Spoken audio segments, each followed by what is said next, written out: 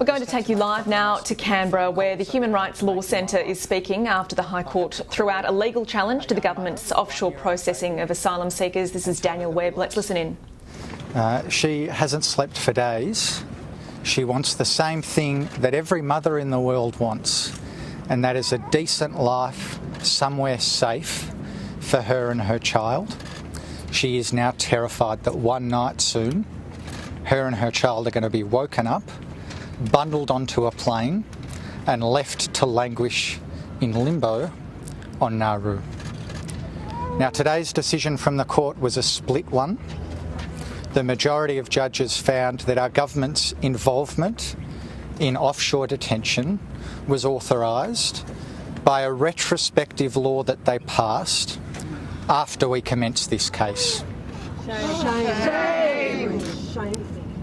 Now, right now, I'm sure in the Immigration Minister's office it's high fives all round. They shifted the goalposts and they won in the High Court.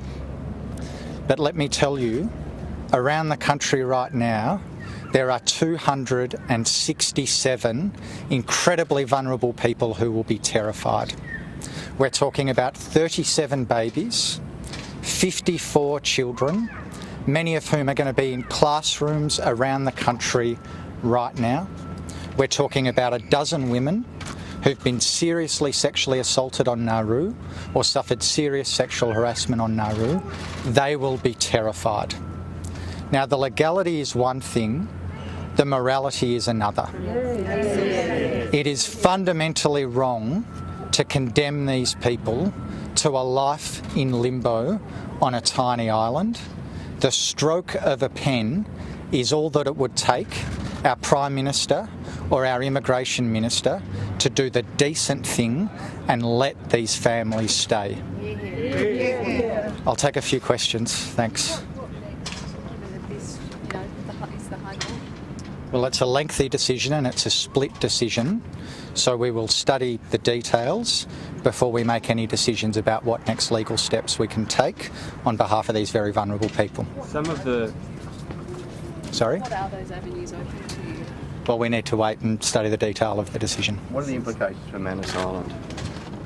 Well, the court didn't give a blanket authority to lock people up offshore. The judgment sets out some very important limits in terms of lengths of time and purposes for which people can be locked up. So we're going to have to take some time to study the detail to see how the judgment may apply to offshore detention on Manus. It seems to talk about once they're handed over to Nauru, that's when Australia's role ceases in terms of legality of it. Is that going to open up something in terms of Manus Island, to your understanding? No, the judgment acknowledges the intricate role that Australia plays in the deprivation of liberty of innocent people in Nauru. So the court hasn't said, we can just wash our hands of these innocent people by leaving them languishing on an island somewhere else. So our government retains both legal and moral responsibility for what happens to innocent people in our care. So is their return to Nauru inevitable?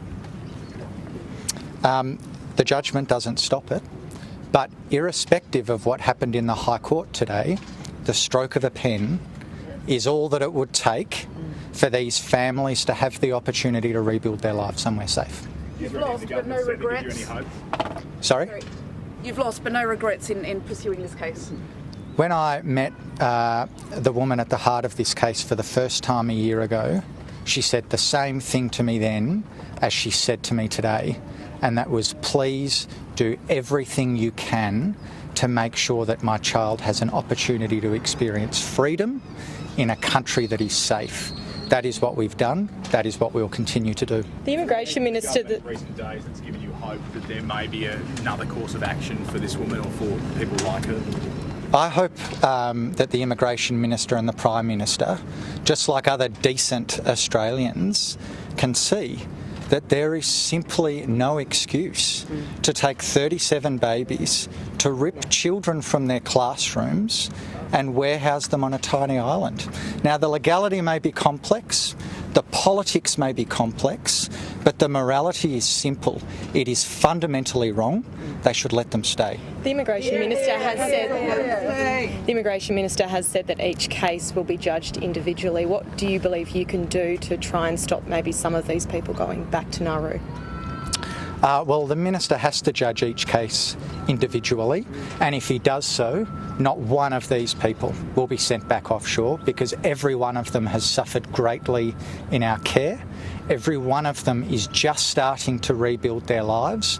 Not one of them should be sent back to harm. We've heard reports about a 5-year-old boy being raped on Nauru that's here in Australia now. What do you know about this particular case? I don't know much about that case that I'm prepared to talk about today. Thank you. Is there a chance of getting an injunction to prevent them going until you've worked out what this ruling means to detention? It'd be premature for me to foreshadow future legal steps today. We have undertakings in place from the government that these people will not be removed without 72 hours notice to us. They shouldn't be removed at all. At least 3 of the judges have said that detention doesn't engage the judicial power unless it's penal or punitive. Does that pass the common sense test? Look, whether or not it passes the common sense test is beside the point. The judges decide the law. That's what they've done. It's for us to judge the morals. And I think there is just no argument that can be made that it is in any way justifiable to send these families offshore. If you had won the case, what would have been the implications for the overall offshore processing regime? That's an impossible hypothetical to answer, because there were 14 questions before the court, and there's lots of different ways they could have been answered. We have to deal with the way they were answered. The way they were answered means that these 267 people are at imminent risk of being ripped from Australia, forced onto a plane, and left to languish on a tiny island. What do you feel will be the personal implications for both the people here and in Nauru who had hopes of a different outcome? I think they'll be devastated. I mean, I've spoken with the mother at the heart of this case. The first thing she did was break down into tears. And I think every one of these people will be absolutely distraught at the prospect of them and their children being ripped from Australia and condemned to a life in limbo. Will all 267 people be sent back to Nauru, or do you expect the department to make decisions on a case-by-case basis, possibly offering some reprieve? To be honest, I don't know what to expect from the government. The fact that these people are even at risk, the fact that these 37 babies are even at risk of removal to a tiny island in the middle of the ocean, I think is incredible. My hope is that common decency and basic compassion prevails, and that these babies and their families have an opportunity at life somewhere safe. Thank you. Okay, thanks. That was Daniel Webb from the Human Rights Law Centre speaking live there in Canberra after this morning's High Court ruling throwing out a legal challenge to the government's offshore processing of asylum seekers. We heard Daniel Webb there say that there are 267 people currently in Australia seeking medical treatment, including 37 babies and 54 children who are now terrified of being sent back to Nauru as a result of this decision.